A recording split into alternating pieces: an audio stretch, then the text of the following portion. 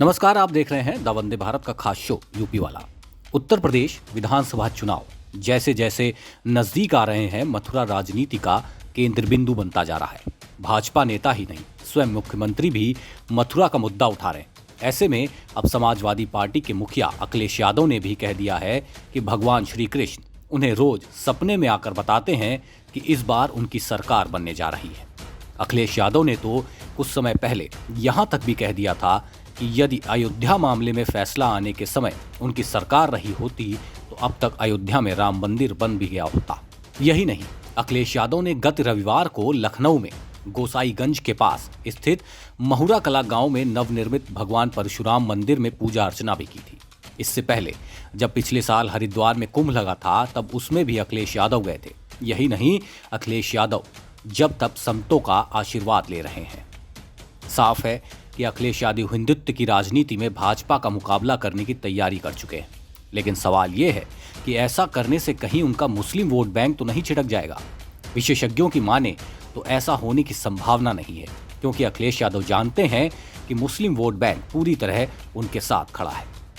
मुस्लिमों ने जैसे तमाम विकल्पों के बावजूद पश्चिम बंगाल में भाजपा को हराने के लिए तृणमूल कांग्रेस नेता ममता बनर्जी का साथ दिया, उसी तरह उत्तर प्रदेश विधानसभा चुनावों में भी एक मुश्त तरीके से मुस्लिम वोट समाजवादी पार्टी और उसके गठबंधन सहयोगियों को ही पड़ने जा रहा है। उत्तर प्रदेश विधानसभा चुनाव में भले असदुद्दीन ओवैसी कितनी रैलियां कर लें, भले अन्य पार्टियों के मुस्लिम नेता कितने वोट मांग लें, भले अल्पसंख्यकों के लिए केंद्र सरकार की ओर से किए गए कार्यों को कितना ही गिनाया जाए, लेकिन याद रखिए, जब मतदान का वक्त आएगा तब मुस्लिमों का वोट सपा और उसके गठबंधन सहयोगियों को ही पड़ेगा। अपनी बात को वजन देने के लिए आपको जरा पश्चिम बंगाल में हुए चुनाव प्रचार की याद दिलाते हैं। उस समय ममता बनर्जी रैलियों में जिस तरह चंडी पाठ कर रही थीं, उसको देखते हुए मीडिया के एक वर्ग में माना जा रहा था कि अल्पसंख्यक वर्ग का वोट उनसे छिटक सकता है। लेकिन ऐसा हुआ नहीं। ममता को अपने वोट बैंक पर विश्वास था, जिसके चलते मुस्लिमों का वोट तो उन्हें मिला ही था।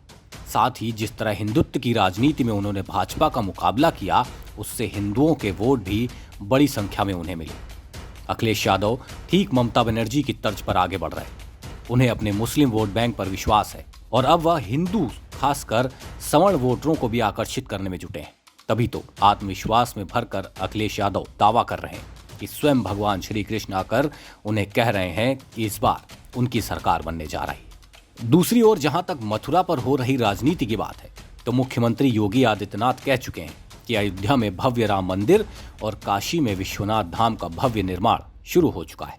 ऐसे में मथुरा वृंदावन कैसे छूट जाए। देखना होगा कि मथुरा का मुद्दा गरबाने का भाजपा को कितना चुनावी लाभ होता है।